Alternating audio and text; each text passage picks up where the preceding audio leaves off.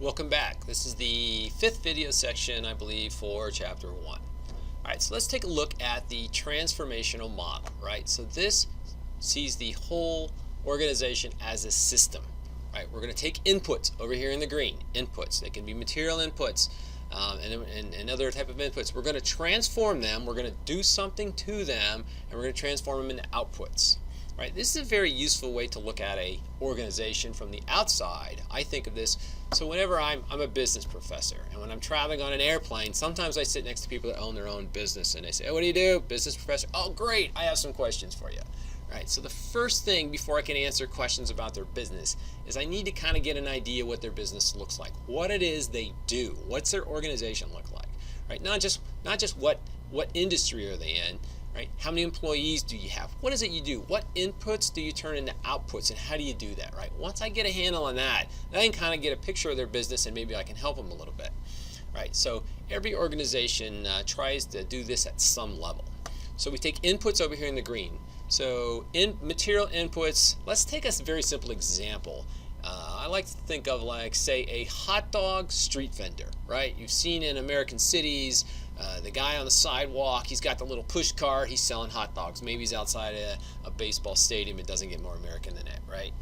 So let's look at what inputs do you have at the hot dog stand, right? So we have material inputs. What do they need? They need, you guessed it, hot dogs. Anything else? Yeah, all the stuff that goes with hot dogs, right? You need the buns and the relish and the mustard, and do you get things with your hot dog? Yeah, often they sell like sodas and bottled water and potato chips and whatever else they might have there. Human inputs. Are there human inputs at the hot dog stand? You bet, right? It's the person running the hot dog stand, right? The person who makes and sells the hot dogs.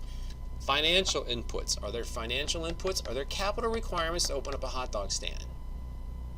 Think about that. Someone had to buy that hot dog stand. Even if the person is renting it from somebody had to buy it, right? So there's certainly financial inputs to this.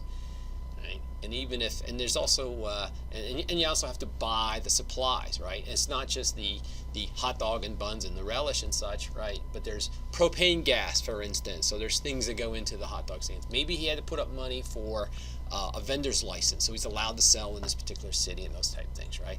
And then information inputs. What information would you need to run a hot dog stand?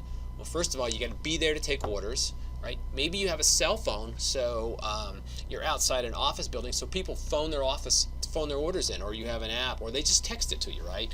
I need 8 hot dogs, 4 with mustard, 4 with relish, or something like that, right? So they're ready to go when you run down to pick them up. Right? So it turns out every business, whether you're General Motors or Google or some person running a hot dog stand, right? They have inputs, and what do they do with those inputs? They transform them with a value-added activity. They have to add value to those, or why would they do it, right? Why would people pay for it? So they transform those into outputs. Those outputs can be in the terms of products or services, right? Things, or they do things for somebody, right? They can do it as a profit or a loss, right? They have to think about the employees' behaviors that happen along the way, and somewhere they have to get new information fed back in here. So in the hot dog stand, the new information might be, oh boy, there's a lot more people coming this way, the line's getting deep, I'm going to need more inputs. I'm going to have to send my assistant running out to the grocery store to buy more hot dogs and buns, or back to the truck or the van or whatever they have, right?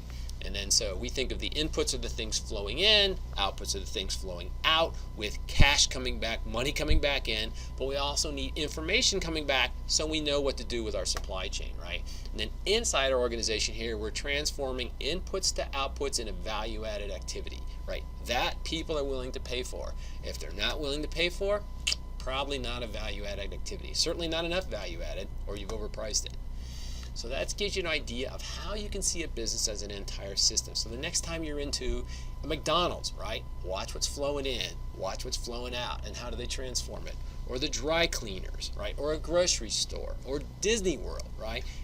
All those operate off of this model, right. It's a great idea it's a great way to picture what's going on.